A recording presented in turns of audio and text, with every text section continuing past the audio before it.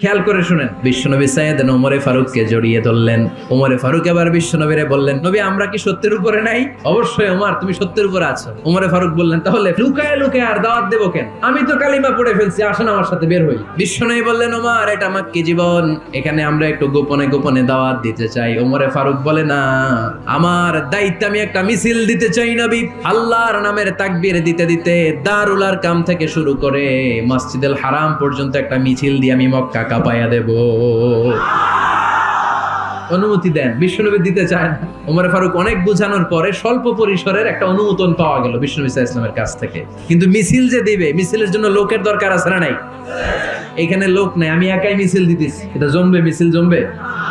খুঁজে উনি 11 জন মুসলিম সাহাবা পেলেন। ওমরে ফারুক বললেন, 11 জনই সই, এই 11 জন নিয়েই আমি আল্লাহর নামের তাকবীর দেব।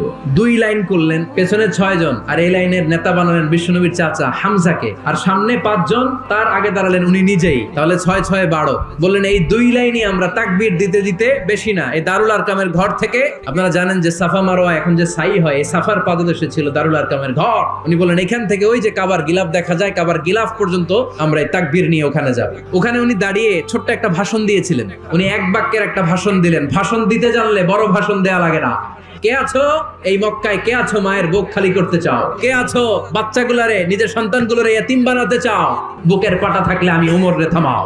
এই বলে উনি আল্লাহু আকবার, আল্লাহু আকবার, আল্লাহু আকবার বলে স্লোগান শুরু করে দিলেন। এক এক স্লোগানে মক্কার মরুজমিন থারথার করে কাঁপতে আরম্ভ করলো। এই মিছিল মক্কার কেউ দেয় নাই। মিছিলের আওয়াজ শুনে আবু জাহেল বাইরিস, উতবা বাইরিস, শাইবা, ওয়ালিদ ইবনে মুগিরা সব বের হইছে। কি রে, আমার এলাকায় এত বড় স্লোগান, কার এত সাহস? বের হয়ে দেখে মিছিলের সামনে ওমর। ওমর রে দেখে দিছে এক দৌড়, কারণ ওমরে ফারুককে থামানোর মতো বাপের বেটা মক্কায় দ্বিতীয়টা কেউ ছিল না। আওয়াজ করে বলেন ঠিক কিনা? ওইরকম একটা ওমরের দরকার, আমাদের বেশি চাই না। জোরে বলেন ঠিক কিনা?